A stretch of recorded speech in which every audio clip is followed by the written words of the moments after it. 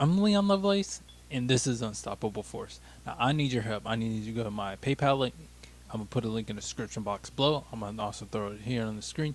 So go there, donate to my show so I can expand this channel. But I got a news story for you guys, and it's from truthdig.com. It's about progressives trying to take over in the legislative. And so far, it's not going as good as we hoped. Because a lot of you know, after the 2016 primaries and after the 2016 presidential election, when Trump got a fairly surprising victory, then a lot of people started saying, you know what, we need to start some organizations to get some progressives in Congress. So then Just the Democrats got started by Cenk Uygur and Kyle Kulinski, and Our Revolution got started by the Bernie Sanders campaign. I think there's one other big organization that started after that, too. Yeah, Brand New Congress also started soon after that election, and just those organizations have been working to try to get a lot of people power going, so we could make sure we could actually get some good representation, so we could get some good policies passed, so the people could have a better life and get their needs met by the government a lot better than they are currently. So I'll start right here. It says, Our Revolution, Justice Democrats, Brand New Congress, and the Democratic Socialists of America, the leading progressive organizations attempting to reform the Democratic Party, have endorsed 60 congressional candidates in states that have held their Democratic primaries through last week. This is as of August 12th, because this article is 2 days old, as of me reading this, or shooting this video. 23 of them have won their races, but 18 of those victors have won in red districts where there are entrenched Republican incumbents. So I think that last part's important because those Republican incumbents are still likely to get reelected. Yeah, because there's only 5 progressive congressional primary winners. Ro Khanna, which he really isn't that progressive because I've dug into his policies and his statements. I haven't dug into these other people yet, and it might take a little bit because these are a lot of elections, a lot of people, a lot of information to dig through. But Jamie Raskin, Troy Garcia, Ocasio-Cortez, and the rousing Palestinian American Rashida Tlaib have won in Democratic districts and are likely to win in November. 2 of those 5, Khanna and Raskin, were already in office and were uncontested by the Democratic establishment. Out of the 5, Garcia cut a corrupt deal with the Chicago Democratic machine and so ran unopposed by the establishment. Nebraska's Kara Eastman is the one and only single-payer supporter to get nominated for a competitive House race in America's heartland breadbasket this year. It also talks about Abdul El Sayed lost in the Michigan gubernatorial primary. I need to dig into him to see how progressive he was and how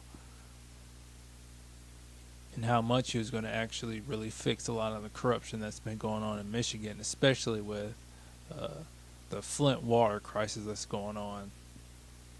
Because that crisis is just fucking absurd, and we gotta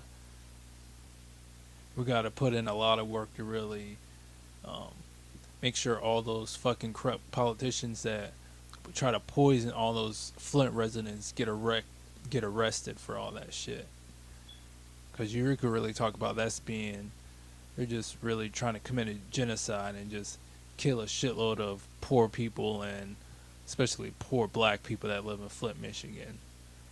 They're really trying to kill all those people and force them out of there so that they could gentrify that area. It's fucking disgraceful. So among all these disappointing races that's been going on, the one thing that us progressive need to do to really push to get more reforms and continue this political revolution that Bernie Sanders talked about, and how we the people really not want and really need is we need to continue to try to really kick out all these, well, at least for the people that are vote blue no matter who kind of type progressives where they really don't want to leave the party. Yeah, those people need to continue to really run candidates in the Democratic primaries to really get rid of all these corrupt centrists and try to kick them out of office. But if you're not a blue no matter who type of progressive, you really need to start jumping into a third party, whether it's a Green Party or another independent party, because the Democratic Party is corrupt from the top on down. They've really, as an organization, really just structured themselves to really make sure they hold all the power and make sure they keep the progressives off to the side or just kick them out the room. So as an organization, it's really not something we really should try to take over. We really need to try to break them and build something else that's actually going to support people from the bottom on up.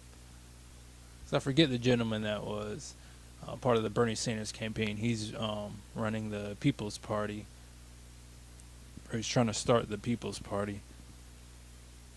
He's talked about, well, there's a quote here about all the different ways that the DNC and the Democratic Party have done and are doing right now to really thwart progressives from winning their Democratic primaries. I'm only going to talk about a couple of them because there's just so many. I don't want to really just read them all off. But some of the highlights that the Democratic Party has done to make sure progressives don't win is that they changed the rules required to get party support. They set party affiliation deadlines months before the primaries. They block independents from voting. And another highlight is they did not access the crucial voter data. And there's several other instances that the Democratic Party does to make sure they actively rig the midterm primaries so they could really get the outcomes that they want.